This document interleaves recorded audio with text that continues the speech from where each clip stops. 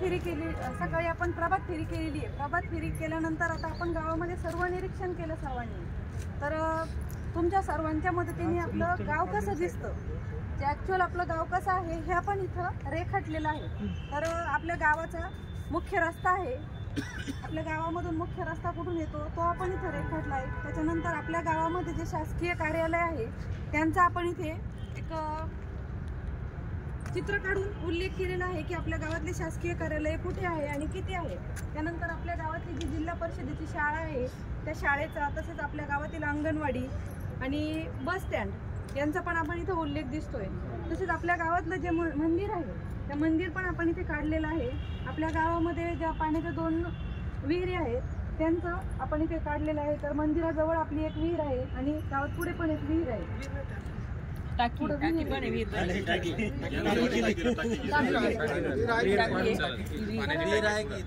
जलस्रोत पण आहे आपल्या गावातला. जो पाणी आपलं गावाला आपण पाणी पुरवठा करतो त्याचा जो जलस्रोत आहे त्याचा पण इथं उल्लेख दिसतोय. तर आपल्या गावामध्ये आपल्याला ज्या मुख्य गोष्टी होत्या त्या इथं निर्देशित करायच्या होत्या. त्याप्रमाणे आपण ज्या 6 इंडिकेटर्स आहेत, म्हणजे आपल्याला पोखरा योजना त्या बेसवर सामाजिक याच्यानुसार आपल्याला त्या योजना सर्वांना लाभ द्यायचा आहे. तर मग गावाची सामाजिक स्थिती काय आहे हे आपण प्रभात फेरीमधून समजून घेतलं. पण आता या नकाशावर उतरवल्यानंतर त्या सामाजिक स्थितीनुसार आपल्याला पुढील आराखडा करणं सोपं जाईल.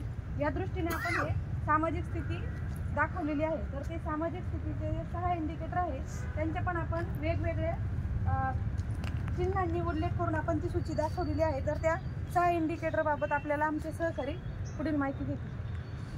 जी सामाजिक स्थिती आहे त्याच्यात जे 6 इंडिकेटर आहेत त्यातले जो पहिला इंडिकेटर आहे की महिला कुटुंब प्रमुख असलेली व्यक्ती, म्हणजे जी महिला कुटुंबाची प्रमुख आहे ते आपण या सिम्बॉलनी निर्देशित केलेलं आहे. त्यानंतर जे स्थलांतरित कुटुंब आहेत, जे उदरनिर्वाहासाठी गावातून 4 महिने किंवा 6 महिने बाहेर असतात, त्याच्या संदर्भात आपण स्थलांतरित कुटुंब दाखवलेले आहेत. त्यानंतर भूमिहीन कुटुंब आहेत. त्यानंतर ज्या लोकांना वीज जोडणी मिळाली नाही असे कुटुंब आहेत.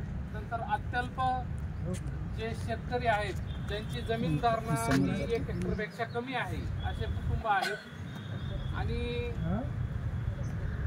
जे कच्चे घरं आहेत ते आपण इथं दाखवलेले आहेत. अशा प्रकारे आपण गावाच्या सामाजिक स्थितीचा उल्लेख या नकाशाच्या माध्यमातून, सामाजिक नकाशाच्या माध्यमातून केलेला आहे.